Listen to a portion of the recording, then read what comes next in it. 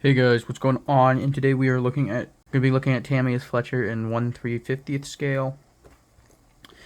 Basically, I'm gonna walk with you step by step, more or less, and show you how to build a ship. By no means am I an expert, but I think there's a lot of trepidation out there when it comes to ship building. And I'm gonna show you it's really not difficult. It can just be tedious at times. So this is going to be for the beginner, but also it's going to be for the more advanced modeler, who's just, I wouldn't say more advanced, I guess, yeah, because we're going to be adding the photo etch kit. Now, I'm going to do the photo etch steps separately. I'm going to show them in this video. However, they're not a need. You don't need to do them, so I'm going to put like a little optional thing there. But if you wanted to do it, I will give you tips on how to do photo etch. So the reason I picked this kit, and I just taken a quick look at the haul, is it's a one-piece haul, which is very nice. It comes with two, which is very nice on Tamiya's end, a 1-to-1 scale painting guide, so you can cut this out and make masks, which is very nice. But also, it's a Tamiya kit, #1, but also comes with very little parts and not a ton of little like 40mm or 20mm Orlikin mounts. So, it should be a relatively easy build to put together, and I can't wait to get started. So, without boring you, let's get right into building. Okay, so painting, I think, is one of the more subjective things we do in this hobby. And so I'm going to just paint this up as the USS Fletcher. However, Tamiya does give you options for a few different ships. I'm just going to do the Fletcher, keep it easy. Now, this part is subjective, and it can only be done if you have an airbrush. You can do this hand painting. But what we're doing is tin canning. If you've ever looked at a ship before, especially U.S. Navy destroyers in World War II, always been it's not a smooth surface. It's rough and rigid. So this is going to simulate that.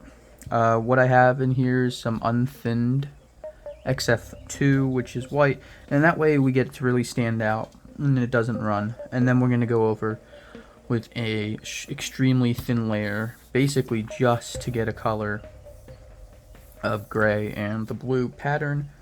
We're going to do that next, but what you're going to need is a card like this, just, like a piece of cardstock. And then what you're going to want to do is just spray like so and create, you see how there's a little bit overspray, but you see how it creates a solid line like so. Let me zoom in here a little bit. So we're just going to try to do that in a somewhat, we're going to do this somewhat in a grid pattern of similar proportions to each other. So I'm going to get started.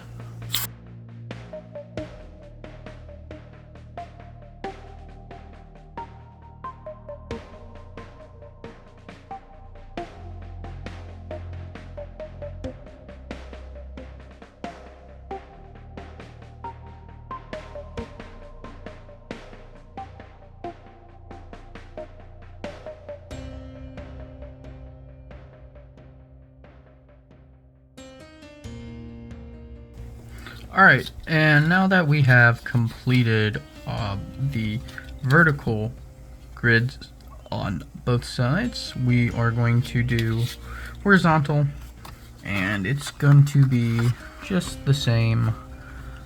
However, for ease of painting, I am going to tape it down. So I will see you when it's done, just so I can focus on painting. Okay, so we have finished the horizontal and vertical tin canning, and so now I have cut out the original piece of sheet that came with the kit to give you your marking guides and painting guides. And since it's roughly, I think it's ever so slightly bigger than 350, I've just decided to cut it out and tape it, and I'm going to now paint.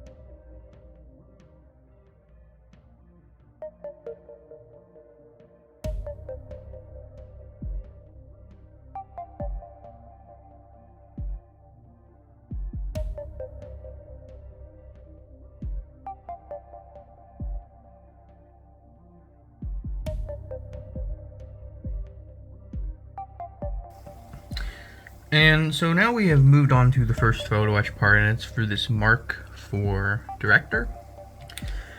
So what we have to cut out right here is the little stand for the radar itself.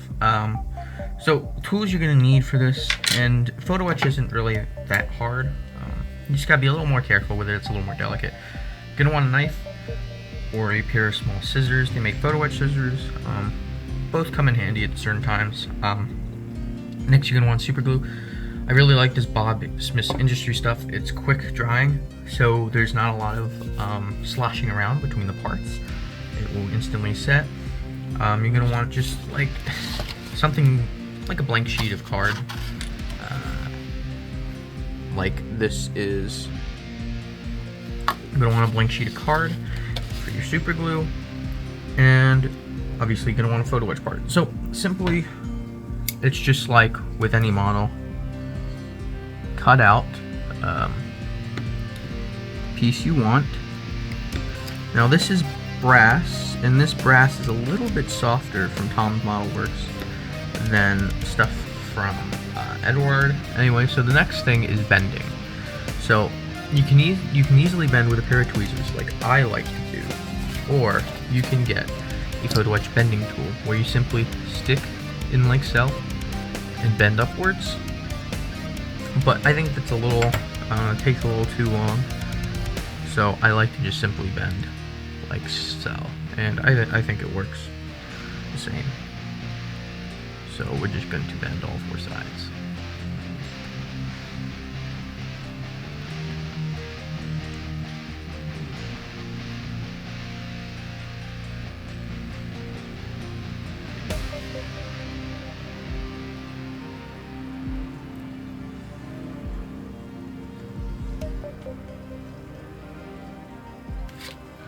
Next thing you want to do is make sure after you bend it that it will fit onto your model like so. Okay, so the next thing you're going to want to do is take your super glue, and just over here on the side I'm going to place it on the card like so. There you go, we'll glop of super glue. And then simply you can either with a toothpick apply it to the place you want it, or when it comes to stuff like this where it's small, I just like to lightly dip it in the super glue, like so. Make sure you get all four sides. You don't want any of them coming off when you paint. And then you just want to line it up.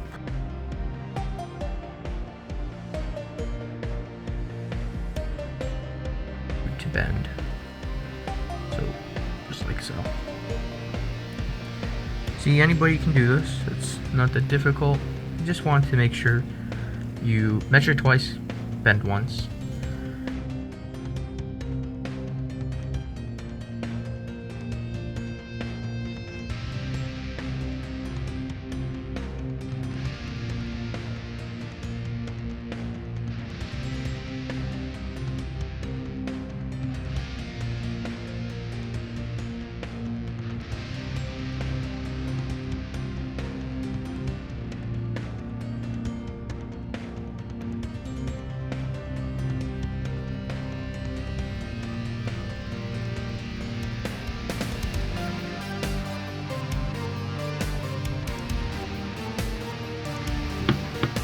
When doing a complex, even though this isn't the most complex shape in the world, when you're using a photo etch replacement, I like to use this part, the part I'm replacing, to use as a jig. So what I'm going to do here is line the two pieces up there at the end, and I'm just going to bend it. Oops, I'm going to bend it around like so, and then once I have a rough shape of it, I'm going to take my tweezers or my photo etch tool, and I'm going to bend it out.